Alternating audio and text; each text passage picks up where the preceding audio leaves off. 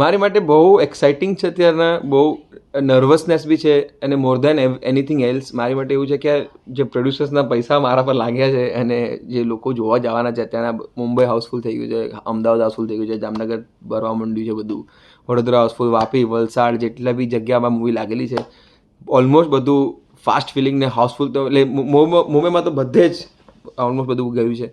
So for me લોકોના પૈસા જે છે ને, એઝ અ ગુજરાતી અગર હું બોલું તો પૈસા બહુ ઇમ્પોર્ટન્ટ છે આપણી માટે, અને પૈસા એ વસૂલ થવા જોઈએ, બસ મને કાંઈ નથી બીજું. એમ નથી કે હું દુનિયામાં આવી ગયો છું, હવે આ બધું દુનિયાનું જીત લીધું છે મેં. મારી માટે છે કે પૈસા વસૂલ થઈ જવા જોઈએ, લોકોને મજા આવી જોઈએ, 2.5 કલાકની જે મૂવી છે લોકો ઘરે જઈને આનંદથી રહેવું જોઈએ બસ.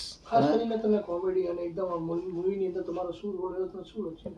આ મૂવીમાં મારું કેરેક્ટરનું નામ છે બાબલો, અને હું એક રિયલ એસ્ટેટ એજન્ટ છું, અને હું લાઈફમાં સિંગલ છું. હું છોકરી ગોતી રહ્યો છું, તો છોકરી મને મળતી નથી. તો અને મારો બીજો ધંધો આમાં એ છે કે કોઈ મને પૈસા આપે કે ઘર ખાલી કરાવો સામેવાળો, તો ઘર ખાલી કરાવી દઉં, પણ સામેવાળો ઘર કે તું વધારે પૈસા લે તું અને આ ઘર ખાલી કરી કાઢતો, એ ઘર ખાલી કરી કાઢીશું, ને ખાલી પૈસા માટે કામ કરું છું, ને જે મળે જીવનમાં લઈ લઉં છું. તો અમને ખબર પડે છે, મને ને મારા સારા ફ્રેન્ડને, કે એક રાણીવાડા કરીને એક ગામ છે, એ ગામમાં એક પેલેસ છે બહુ મસ્ત સરસ મજાનું, અને એની અંદર એક ડાકણનો પ્રકોપ છે, અને લોકો બહુ ડરેલા છે એ ગામમાં. તો મને જ્યારે આ ખબર પડે છે તો કે મને મારા બેસ્ટ ફ્રેન્ડ છે ઘેલચંદ્ર, એનું નામ છે, ઓજસ રાવલ પ્લે કરે છે. તો મારું એ જ હતું કે અમે લોકો જઈએ, અને આ તો રોજનું જ અમારું, આ તો હંબક છે, ખબર છે ડાકણ વાકણ કોઈ ના, અમે લોકો પોતે બધાને લોકોને કયા રાખે છે, આ કોઈ કરતું જ છે, કોઈ કાવતરું હશે માણસને કરેલું. તો અમે જઈએ છીએ ને ત્યારે લાઈફમાં સાચે પ્રોબ્લેમ્સ વધી જાય અમારા, અને અમે પોતે જ અમારા ખાડામાં પડે છે. તમે એક કન્ટેન્ટ ક્રિએટર છો, ડિજિટલ ક્રિએટર છો, આર્ટ ડાયરેક્ટર છો, હવે એક્ટર પણ છો. આ 4 પ્રોફાઇલમાંથી કઈ પ્રોફાઇલ તમને વધુ ગમે છે અને કેમ?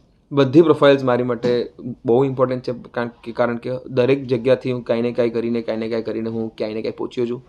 તો મારી માટે દરેક પ્રોફાઇલ એટલી જ ઇમ્પોર્ટન્ટ છે, because if you say content creator, તો મારી પાસે એક બહુ વધારે સારું સરસ મજાનું એક ફેમિલી ઓડિયન્સ છે, જેમાં જે લોકો મારા વિડીયોઝ જોવે છે. નહીં હોય તો અત્યારે મારું ફિલ્મ લોકો નહીં જોવા જતા હોય, તો એ હશે તો લોકો જોવા જશે, તો સારું જોવાનું હોય, તો as an actor also have to be at the par. તો મારી માટે બધી જ વસ્તુ ઇમ્પોર્ટન્ટ છે. ફિલ્મમાં અને એ કોન્ટેન્ટ ક્રિએટરમાં, યુટ્યુબમાં તમને શું ડિફરન્સ લાગ્યો? બંનેમાં એક્ટિંગ જ છે, પણ ડિફરન્સ શું લાગ્યો? ડિફરન્સ એ લાગ્યો કે ફિલ્મમાં 2.5 કલાકની ફિલ્મ હોય, યુટ્યુબ વિડીયોઝ કે ઇન્સ્ટાગ્રામ વિડીયો, હું ઇન્સ્ટાગ્રામ વિડીયો વધારે બનાવું છું, તો 1 મિનિટનો વિડીયો, 1.5 મિનિટનો વિડીયો હોય. તો એમાં કેવું હોય કે 1.5 મિનિટના વિડીયોમાં મારે તરત લોકોને આકર્ષિત કરવાનો હોય મારા તરફ, કે વિડીયો આવી રીતના છે, ફની છે, આવી રીતના, નહીં ત્યારે લોકો સ્ક્રોલ કરશે, લોકો પાસે ટાઈમ નથી, લોકો સ્ક્રોલ કરી કાઢશે ઉપર તમને. ફિલ્મ એટલે 2.5 કલાકની ફિલ્મ હોય, એ 2.5 કલાકની ફિલ્મમાં મારે એ 2.5 કલાકનો થ્રેડ જે હોય, સ્ટોરી પકડી રાખવાની હોય, કેરેક્ટર છોડવાનું ન હોય, ને એ જોક્સ બી એવા હોવા જોઈએ, કારણ કે પાછળ બી એક વસ્તુ હતી, આગળ બી વસ્તુ આવવાની છે, તો એ વસ્તુનો આઈ હેવ ટુ રિમેમ્બર કે આ બધી વસ્તુ સાથે છે. આમાં કેરેક્ટર્સ બહુ બધા છે, ગીવ એન્ડ ટેક હોય બહુ બધી વસ્તુ, આ એક્ટિંગની જે ફિલ્ડ છે, ગીવ એન્ડ ટેક વધારે હોય.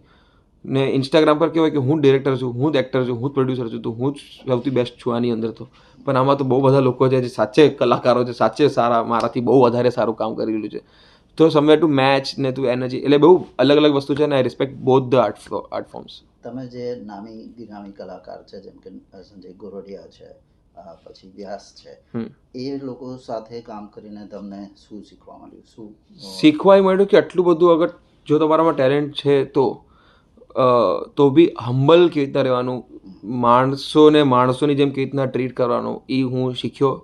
કારણ કે આ લોકો જેટલા બી મહાન કલાકારો છે, ઓજસ રાવલ, સંજય ગલસર, સંજય ગોરાડિયા, આટલા બધા મોટા, જેને હું જોઈને મોટો થયો છું, આનું એક 10% બી મારામાં ટેલેન્ટ હોત ને તો મારામાં બહુ એટીટ્યૂડ આવી ગયું હતું. પણ આ લોકોમાં આટલું બધું રહીને બી એટલું જરાય એકદમ હમ્બલ માણસોની જેમ રાખે છે.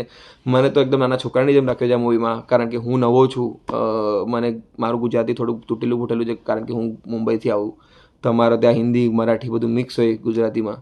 તો મારી માટે આ બહુ નવી વસ્તુ હતી. તો they kept me like a baby, કે આવી રીતના બોલ, આવી રીતે કરીશ તો વધારે સારું લાગશે. Umang Vyas as a director made sure કે હું સેટ પર જ્યારે મૂંઝાવું નહીં, કે આવી રીતના તું કરી શકે છે. એટલે મારું કેરેક્ટર બી એવું રાખ્યું હતું કે સિટીથી ક્યાં આવે છે ક્યાંય ને ક્યાંય, તો તાકી લોકોને એવું ના લાગે કે અરે આનું ગુજરાતી કેમ આવું છે. કારણ કે આપણે ગુજરાતી ભાષા માટે આપણે I am very much proud, but મારું ગુજરાતી મને આવડતું નથી, જે તમે લોકો જે સારું સારું બોલો છો અત્યારના. તમારું